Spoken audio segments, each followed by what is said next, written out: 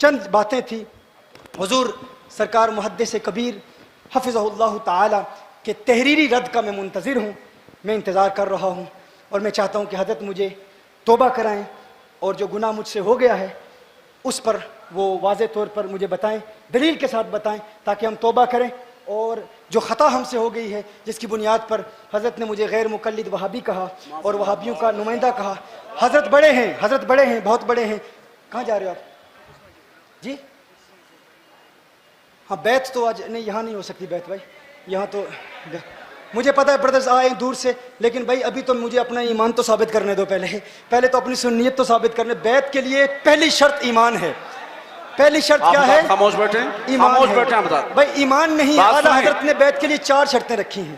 سب سے پہلے عقیدہ اہل سنت، ٹھیک ہے، سند متصل بھی ہونی چاہیے، بندہ فاسق معلن بھی نہ ہو، عالم دین ہو. تو یہ 4 شرطیں ہیں. تو اس حوالے سے میں نے اس پر کلام کیا تھا، بہت تفصیل سے میں کلام کر چکا ہوں، لیکن میں سرکار محدث کبیر حفظہ اللہ تعالی کا منتظر ہوں کہ آپ میری اصلاح فرمائیں گے اور آپ مجھے بتائیں گے کہ ٹی وی ویڈیو کے جواز کے حوالے سے جو ہم نے دلائل دیے.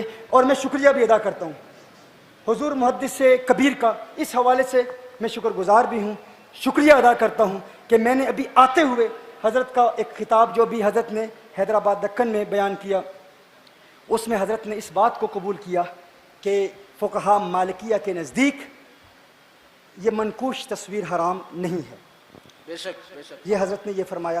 یہ ڈیجیٹل کی بات تو بات کی ہے نا، ہم تو پہلے منقوش تصویر، تو وہ حضرت نے جو چونکہ حضرت ہمیشہ سے یہ فرما رہے ہیں نا کہ یہ اجماعی حرام ہے چاروں مذاہب میں، اور حنفی فقہ میں ہم بھی اسے حرام مانتے ہیں.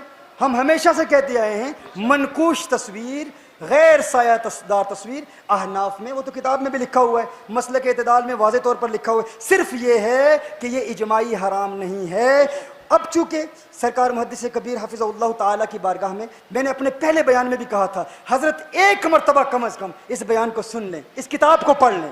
ایک مرتبہ پڑھ لیں گے، حضرت قبول کریں گے کہ جو موقف میں نے بیان کیا ہے وہ دلائل کے ساتھ بیان کیا ہے، میں نے بغیر دلیل کے بات نہیں کی. اگر غلط ثابت کریں گے تحریری جواب دیں. لیکن مجھے خوشی ہوئی کہ حضرت نے اس پہلی بات کو قبول کیا، اگرچہ وہ خطاب سارا میرے رد میں ہے، خطاب میرے خلاف ہے، لیکن حضرت نے اس بات کو قبول کیا. انہوں نے فرمایا کہ ٹھیک ہے، مالکی فقہا کے نزدیک یہ منقوش تصویر جو ہے، یہ جو دیوار پر لٹکائی جاتی ہے یا جو قلم اور برش کے ساتھ بنائی جاتی ہے، یہ فقہا مالکیہ کے نزدیک حرام نہیں ہے. لیکن حنفیوں کے نزدیک تو حرام ہے نا، تو اس پر ہمیں اختلاف ہی نہیں ہے. ہم کہتے ہیں فقہا احناف کے نزدیک یہ تصویر، مجسم تصویر جو ہے، چاروں مذاہب میں حرام ہے. ٹھیک ہے، یہ آپ یاد رکھیں. جو مجسم ہے، مجسمہ ہے، بت ہے، کسی انسان کی، جاندار کی کوئی ایسی تصویر جو مجسم سایہ دار ہو، وہ تو چاروں مذاہب میں حرام ہے، اس میں تو کوئی اختلاف ہی نہیں ہے. اس کا منکر اس کا وہی حکم ہوگا جو اجماع کے منکر کا حکم ہوگا. لیکن مسئلہ یہ تھا کہ چونکہ اختلاف ہو گیا تھا اور بزرگوں کا اختلاف رہا، ایک شخص نے ایک سید کے خلاف جو سخت زبان اختیار کی، وہ ہمارے لیے ناقابل برداشت ہے. ہم نے کہا کہ یہ ہم قبول نہیں کریں گے. ہمارے نزدیک، ہمارے اکابرین کے نزدیک یہ اجماعی حرام نہیں ہے، یہ حرام ہے احناف کے نزدیک، یہ حرام ہے شوافے کے نزدیک، یہ حرام ہے حنابلہ کے نزدیک، لیکن مالکیہ کے نزدیک جائز ہے. اب اگر مالکیہ کے نزدیک جائز ہے تو اب کسی کو یہ حق نہیں پہنچتا کہ سوشل میڈیا پر آ کر کہے کہ اگر تم تصویر کو جائز سمجھ کر لگاتے ہو تو تم کافر ہو جاؤ گے. کم از کم اب تکفیر تو نہیں ہوگی نا، کم از کم اب تذلیل تو نہیں ہوگی نا، اب کسی کو گمراہ نہیں کہا جائے گا، اب کسی کو کافر نہیں کہا جائے گا. ایک بات پوری ہوئی. اب ہم آگے بات چلائیں گے، اب ہم آگے بات چلائیں گے. تکفیر نہیں ہوگی، تذلیل نہیں ہوگی. اب بات کریں گے تفسیق کی. اب ہم بات کریں گے کہ مدنی میاں صاحب کیوں جائز کہتے ہیں. اب ہم بات کریں گے کہ لا تفسیق کا، آپ سماعت فرمائیں، لا تفسیق بالاجتہادیات کی مراد کیا ہے. اور اس میں جو حضرت نے باتیں بیان کی ہیں اس حوالے سے بھی میں حضرت کی بارگاہ میں ایک آرزو، ایک تمنا اور ایک عاجزانہ گزارش کہ حضرت آپ ہم پر کرم فرمائیں، مہربانی فرمائیں، ایک کرم فرمائیں کہ آپ خود بیان کریں. ایسے لوگ بیان کر رہے ہیں جنہیں ہم جانتے ہی نہیں، ایسے لوگ کہ جن کے بیان کو سن کر برطانیہ میں موجود ہمارے چھوٹے چھوٹے بچے ہنس رہے ہوتے ہیں کہ یہ بندہ کیا کہہ رہا ہے. عجیب عجیب باتیں. یعنی اگر حضرت خود بیان کرے نا، حضرت خود تحریری رد لکھے میرا. یار ہم ضدی لوگ نہیں ہیں، ہم تو اول تو کسی کو چھیڑتے نہیں ہیں، کوئی چھیڑے تو ہم چھوڑتے نہیں ہیں، ہم آخر تک جائیں گے انشاءاللہ. یہ طاہر القادری نہیں بیٹھا یہاں پر، ہاں یہ آپ کو بتا دوں، یہ وہ نہیں ہے کہ جو ضد میں کہہ جائے گا یا جو کچھ کہے گا. دلیل ہم تو توبہ کرنے کے لیے بیٹھے. ہم کہتے ہیں آپ ہمارے بڑے, آپ ہمارے بزرگ, آپ ہمیں توبہ کرائیں, آپ ہمیں بتائیں کہ ہماری خطا کیا ہے. ہم دلیل سے بات کریں گے, دلیل سے ثابت کریں. لیکن یہ خوشی ہوئی کہ حضرت بڑے ہیں اور انہوں نے کم از کم اس بات کو قبول تو کیا کہ یہ اجماعی حرام نہیں ہے. یہ قبول کیا کہ یہ اجماعی حرام نہیں ہے. مالکیہ کے نزدیک منقوش تصویر حرام نہیں ہے. یہ حضرت نے بیان کر دیا, اس کو انہوں نے قبول کیا.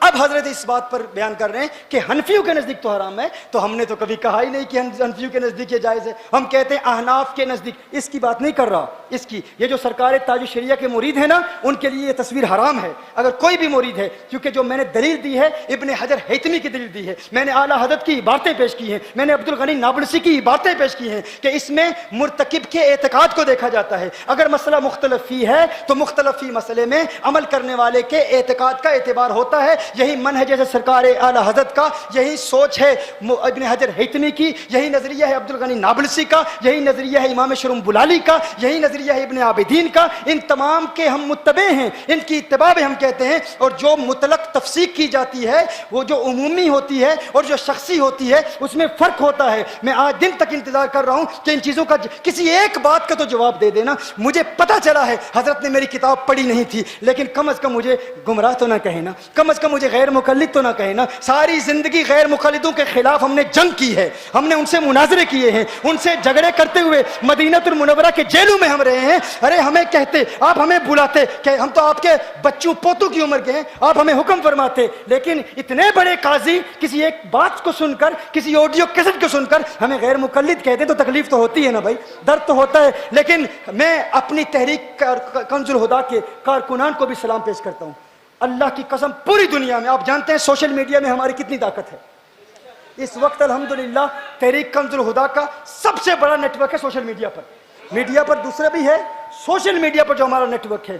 لیکن جو شخص مجھ سے محبت کرتا ہے, اگر کسی کے نام کے آگے ثاقبی لکھا ہو نا, مجھے تو پوری دنیا میں گالیاں دی گئی ہیں نا, لیکن ہم نے برداشت کی. کیوں؟ کیونکہ بڑے ہیں.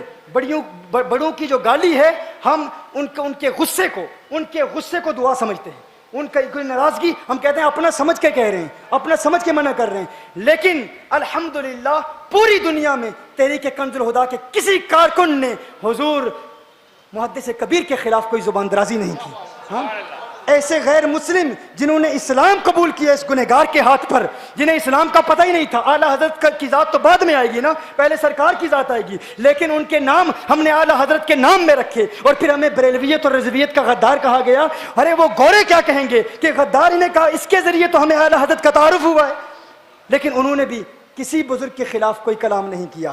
کوئی ایک نوجوان ثاقبی جس کا نام اگر کسی نے کہا تو 10-15 منٹ کے اندر اس کو منہ توڑ جواب دیا گیا. کہا گیا کہ اگر تمہارا اعلیٰ حضرت سے کوئی تعلق ہے, ہمارے ساتھ کوئی تعلق ہے, تو محدث کبیر کے خلاف ہم کوئی بات نہیں سنیں گے, ہم کسی کو اجازت نہیں دیں گے. لیکن حضور محدث کبیر کی موجودگی میں میں صرف اتنا کہنا چاہتا ہوں, صرف اتنا پیغام کہ اب کسی چمچے سے بات ہم نہیں کریں گے. ہاں, اب کسی صغیر سے بات نہیں ہوگی, کیونکہ کبیر خود بول رہا ہے. اب کسی صغیر سے بات نہیں ہوگی. میں نے بڑے بڑے صغائر سے بات کر لی ٹیلی فون پر. یار میں نے ایسے لوگوں سے بات کی جو دین کی مبادیات کا علم نہیں رکھتے تھے, لیکن ان کا نام بہت بڑا تھا. پھر اس کو استعمال کیا میرے خلاف, صرف اس لیے کہ میں عاجزی کے ساتھ بات کر رہا ہوں, محبت کے ساتھ بات کر رہا ہوں, کسی کو سید سمجھ کر ان کا احترام کر رہا ہوں, ان کی محبت میں, ان کے ادب میں بات کر رہا ہوں. لیکن کیا کچھ نہیں کہا گیا. تو میں نے اس لیے کہا چونکہ یا